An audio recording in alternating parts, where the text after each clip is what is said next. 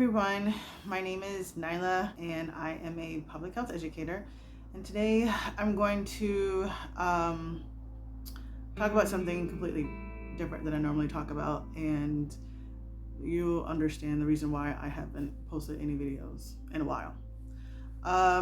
So as you know from the title of this video, I am currently pregnant.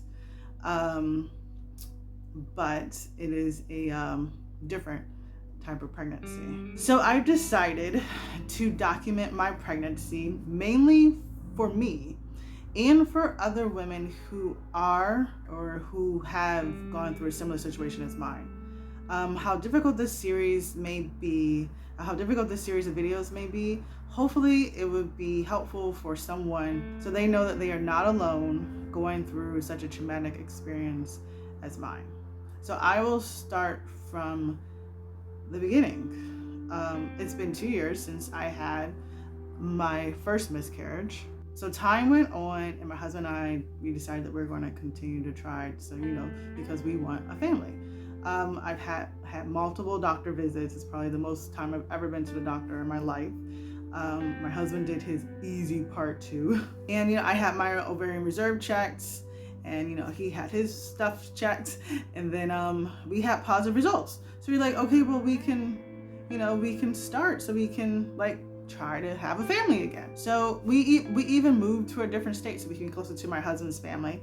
And I went to an OBGYN, and she recommended a reproductive fertility specialist to me. So I made an appointment with a fertility specialist, and we decided to go the IVF route. Since I am 40 and it is harder for women to get pregnant as we age, unfortunately. So I had my blood drawn, I had my ovarian reserve checked, I had my fallopian tubes checked, I had my ovaries checked. Everything was clear, and everything was clear with my husband too. We decided, we're going to continue to try. We're going to go on vacation. We went on vacation, and then I was assigned a nurse while I was on vacation, and she was my go-to person for any questions I might have, and then she would relay all test results to me. We even had another consultation with the fertility specialist while we were on vacation, talking about the IVF process. So we're like, all right, well, we know that we're going to do IVF, and we were literally just waiting to see. They said that once my next period starts, then that's when we'll start the IVF process. But it so happened that my husband and I conceived naturally. Well, what they call it a spontaneous pregnancy. So when we found out, I was like, wow, this baby saved us so much money. We don't have to do IVF anymore. Even though the fertility drugs had just come in the mail. So I had the fertility drugs waiting for me, but I didn't have to use it. And since I was already a patient at the fertility clinic, I decided to go back there to confirm pregnancy and get blood drawn and whatnot. So my assigned nurse is the one who gave me the news that I am pregnant. I was so nervous of actually hearing the news, because I just remember, when I miscarried 2 years ago, I didn't want to get my hopes up high. So then I was like, okay, they said come back and we're see if your HCG levels are going up, and then also check my progesterone. They checked all that. They said HCG levels are higher, progesterone, but my progesterone was low, and they said I had to take progesterone twice a day. And when I looked it up, I said progesterone was to help prevent miscarrying. So that was my main concern, was to not miscarry. I was like, okay, we're doing everything so I don't miscarry. I literally had that only thing in my head. And then we had our first ultrasound at 6 weeks. I had my ultrasound. We heard a heartbeat, and I was like, great.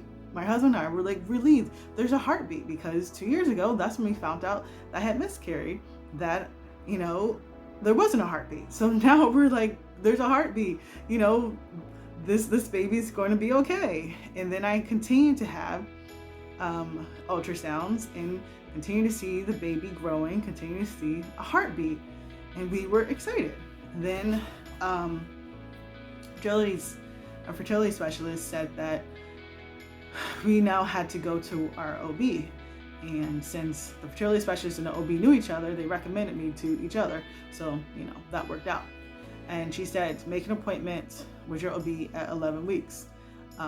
So I made an appointment. Oh, and then she also said, take a genetic testing. So I was like, okay, I'll schedule the OB appointment, and I know that we need to go get genetic testing.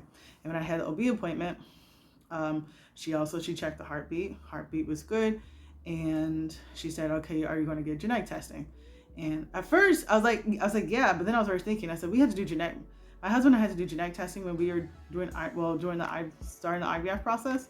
So I was like, but we don't have the same genes. So literally was thinking, why? So it's like, but then she said, oh, this is to test for chromosome abnormalities or anything.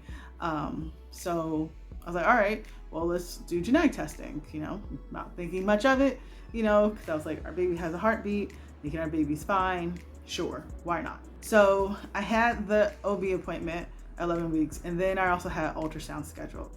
And when the ultrasound tech, when she first scanned me, the first thing she said was, did you do genetic testing? And I was saying, I did, but is everything okay? And she said, well, this is routine. This is routine for me to always ask if, it's all normal for me to go ahead and ask if you do genetic testing. And it's normal for when a doctor comes in to go ahead and actually rescan you. And I'm like, okay. I was literally thought nothing of it. We literally thought nothing of it because in my husband and I's mind, we saw a healthy baby on the screen, and the baby had a strong heartbeat. It wasn't until the high-risk maternal fetal medicine physician came into the room and she told us that our baby has trisomy 18. My husband and I were in complete shock with the news because we had previous ultrasounds before, and consultations with our fertility doctor explaining the ultrasounds, and they're saying that everything was fine. And I even mentioned that to the maternal fetal medicine physician, and she said that you can't see chromosome abnormalities until 11 weeks. And then she said that, man, Then she said that there is a possibility that I could miscarry or even have a stillborn. And I'm literally thinking, we did all this so I don't miscarry, about to get into second trimester, and then there's still a possibility for this to happen again. And then she's like, oh, but you also can have a stillborn.